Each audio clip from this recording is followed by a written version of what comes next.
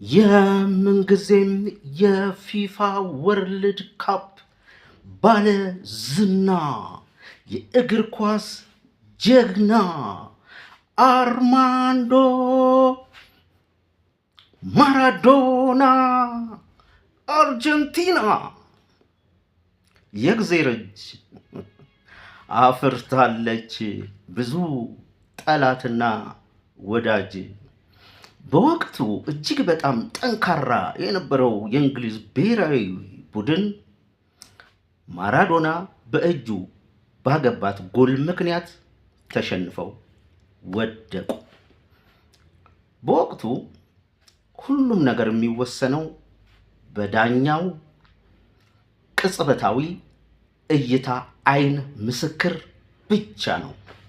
በዛ ጊዜ የለም ነበር ቫር